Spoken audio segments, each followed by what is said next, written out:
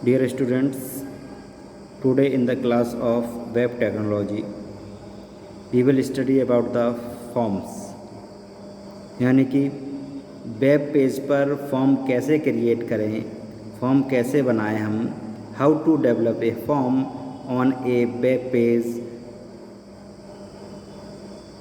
We can discuss in this lecture. In previous lecture, we were discussing about input type. कल हमने input type के बारे में देखा और input में हमने देखा था रेडियो बटन के बारे में, check box, password, hidden, submit, reset button, image के बारे में. आज हम बात कर रहे हैं टेक्स्ट एरिया की. जब भी फॉर्म में हमें टेक्स्ट एरिया हमें डिस्प्ले कराना हो कि जिसमें यूज़र अपना टेक्स्ट लिख सके, इन्फॉर्मेशन अपनी प्रोवाइड कर सके टेक्स्ट लिखकर, तो वो हम कैसे इंसर्ट करेंगे उसके बारे में देखते हैं. तो सबसे पहला आज टॉपिक है text area. Text area, default text area. ये जो कमांड है, ये देखिए, ये जो कमांड है ये यूज़ होती है टेक्स्ट एरिया को डिफ़ाइन करने के लिए. टेक्स्ट एरिया जो है एक पेयर्ड टैग है, ठीक है. पेयर्ड टैग का मतलब ये ओपन और क्लोज दोनों टैग इसमें यूज होंगे. बीच में डिफ़ॉल्ट टेक्स्ट, जिसे हमें टेक्स्ट एंटर करना है, जो वो टेक्स्ट यहाँ आ जाएगा, is use to define a text area. एक टेक्स्ट एरिया को डिफाइन करने के लिए हम टेक्स्ट एरिया टैग का यूज़ करते हैं. Attributes of text area tag are tabulated below. इसके जो एट्रीब्यूट हैं वो इस तरीके से हैं. नीचे टेबल मैंने बनाई है, उसमें देखिएगा. अब जो एट्रीब्यूट कौन कौन से हैं, इसके नेम एट्रीब्यूट, यानी टेक्स्ट एरिया का नाम हमें देना हो तब नेम एट्रीब्यूट यूज़ होगा. स्ट्रिंग टाइप का होगा ये नेम एट्रीब्यूट, यानी कि किसी का नाम स्ट्रिंग में ही होता है, नंबर्स में तो होता नहीं है. तो स्ट्रिंग के रूप में ही हम इसे स्ट्रिंग टाइप का होगा, तो name equal to string. Specify the name of the control, यानी जो कंट्रोल या जो टेक्स्ट एरिया हम दे रहे हैं उसके नाम को स्पेसिफाई करने के लिए हम नेम एट्रीब्यूट का यूज़ करते हैं टेक्स्ट एरिया में. रोज़ की बात करें तो लॉन्ग साइज होगा रोज़ का.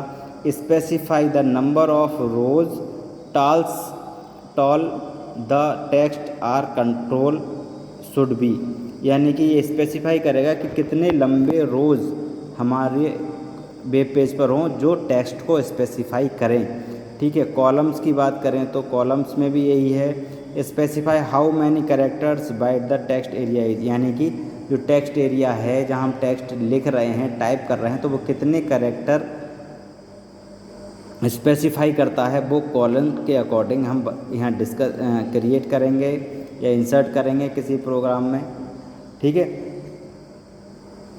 ये 3 एट्रीब्यूट हैं टेक्स्ट एरिया के, नेम, रोज़, कॉलम्स, ठीक है. ठीक है, नाम देना हो टेक्स्ट एरिया का, रो का साइज़ देना हो, कॉलम का साइज़ देना हो, तो हम इससे हम डिफ़ाइन करते हैं. अब हम बात करते हैं सिलेक्शन लिस्ट की. सिलेक्शन लिस्ट जैसे कि जब भी हम फॉर्म भरते हैं, आपने भरे होंगे कई बार फॉर्म, जैसे अपना स्टेट सेलेक्ट करते हैं तो सेलेक्टिंग लिस्ट आ जाती है, ठीक है. और मान लीजिए डिस्ट्रिक्ट सेलेक्ट करते हैं तो सेलेक्टिंग लिस्ट आ जाती है. वो कैसे इंसर्ट करें उसके बारे में देखते हैं.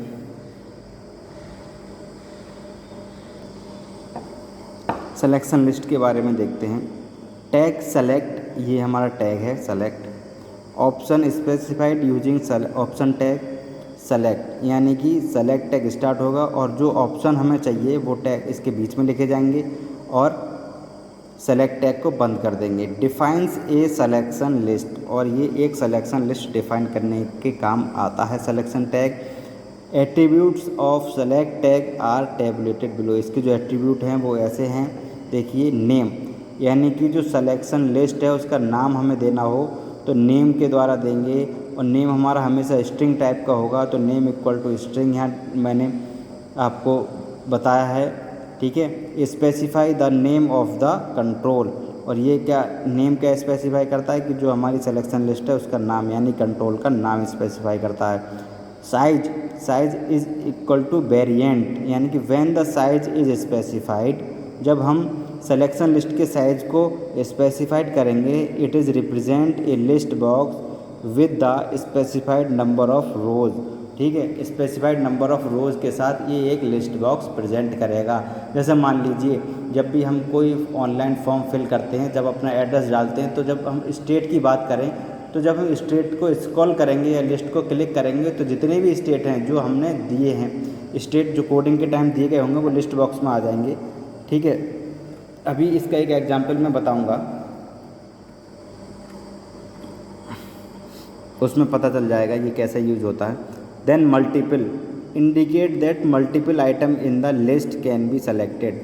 और ये मल्टीपल जो है वो ये इंडिकेट करता है कि हम लिस्ट में से आप मल्टीपल आइटम सेलेक्ट कर सकते हैं। जैसे कि कभी कभी लिस्ट में से आपको चॉइस दी जा सकती है कि 3 या 4 आप इन आइटम्स में सेलेक्ट करें, तो वो भी हम कर सकते हैं मल्टीपल एट्रीब्यूट का यूज़ करके।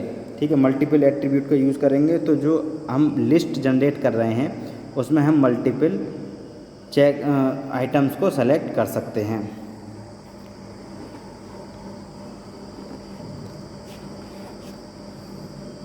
Now option tag.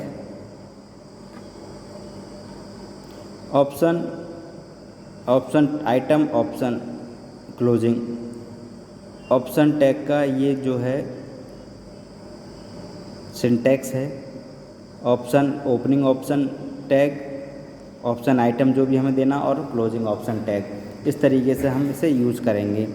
Denotes one choice in A selection list. और ये जो है सिलेक्शन लिस्ट में से हमें एक चॉइस करनी हो तब हम ऑप्शन टैग का यूज़ करते हैं। इसके जो एट्रीब्यूट हैं वो इस तरीके से हैं। पहला जो एट्रीब्यूट है इसका वो है selected, indicates that this item is selected by default. ये सेलेक्टेड जो है वो इंडिकेट करता है कि बाय डिफ़ॉल्ट ये आइटम सेलेक्ट कर लिया गया है। जब भी आप देखेंगे कभी कभी कि आप किसी आइटम पर सेलेक्ट करते हैं वो ब्लू कलर का हो जाता है, तो वो सेलेक्टेड एट्रीब्यूट के द्वारा ही होता है। If not present the first item is selected by default. और अगर प्रेजेंट नहीं है वो आइटम तो बाय डिफ़ॉल्ट जो फर्स्ट आइटम है वो लिस्ट का सेलेक्ट हो जाता है। ठीक है, अब वैल्यू की बात करें, ऑप्शन टैग में जो एट्रीब्यूट है वैल्यू, उसकी बात करते हैं। Specify the value to be returned when option is selected. और ऑप्शन सेलेक्ट होने के बाद वैल्यू रिटर्न करने के लिए या स्पेसिफाई करने के लिए वैल्यू टैग का यूज़ किया जाता है। तो ये हमने देखी टेक्स्ट एरिया, सिलेक्शन लिस्ट और ऑप्शन टैग। ये अभी मैं प्रोग्राम बताऊंगा तब आप समझ जाएंगे कि ये कितना कंपलसरी है और कितना ज़रूरी है और कितना आसान है इसे वर्क करना। अब फॉर्म सबमिशन की बात करेंगे कि जब भी हम फॉर्म सबमिट करते हैं तब कौन कौन से ऑप्शन होते हैं। On click the submit button, all data entered in the form are sent back to the server. जैसे आपने फॉर्म भरा, फॉर्म कंप्लीट होने के बाद आप सबमिट बटन पे जैसे ही क्लिक करेंगे, कल भी मैंने बताया था, तो क्लिक करने के बाद जो डेटा होगा वो हमारा सर्वर पर सेंड हो जाएगा, यानी send back to the server, यानी सर्वर के लिए सेंड हो जाएगा सबमिट का बटन क्लिक करते ही। Browser collects and submit the following informations. और जो इन्फॉर्मेशन यूज़र के द्वारा दी गई हैं ब्राउज़र विंडो में, वो इन्फॉर्मेशन ब्राउज़र के द्वारा कलेक्ट कर ली जाएंगी और सबमिट की जाएंगी। फॉलोइंग इन्फॉर्मेशन, कुछ इन्फॉर्मेशन जो है वो सबमिट कर ली जाएंगी about each control element in the form. Form के एलिमेंट्स में जो हमने इन्फॉर्मेशन दी है वो सब हमारी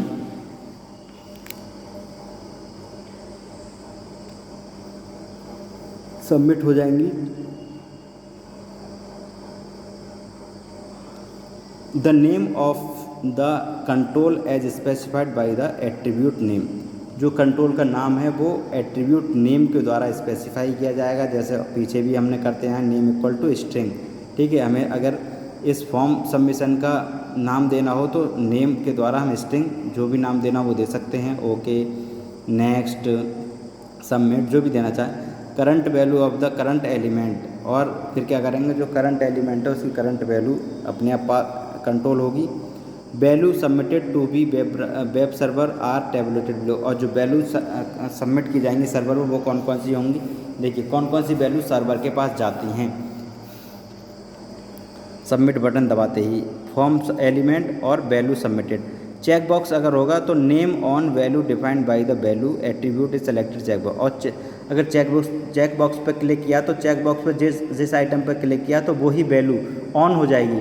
ठीक है, ऑन ऑफ में वर्क करता है कंप्यूटर, तो वो वैल्यू ऑन हो जाएगी और जाकर सर्वर में वो हमारी पहुंच जाएगी। Text field, password and text area, text enter, जो भी टेक्स्ट हम एंटर करेंगे वो हमारा सर्वर के पास पहुंच जाएगा। सबमिट बटन दबाते ही देन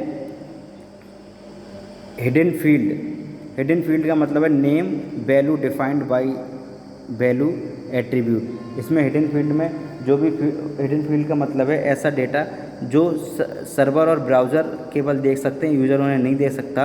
तो उसमें या हमें कुछ हिडन करना हो तो उसको हम हिडन फील्ड में डिफ़ाइन कर देंगे। देन सिलेक्शन लिस्ट की अगर हम बात करें तो name option item value defined value attribute of selected option, यानी कि जो सेलेक्टेड ऑप्शन है उसके नाम को हम डिफ़ाइन करेंगे और वैल्यू को डिफ़ाइन करेंगे। इससे पता चल जाएगा कि कौन से ऑप्शन को हमने सेलेक्ट किया है।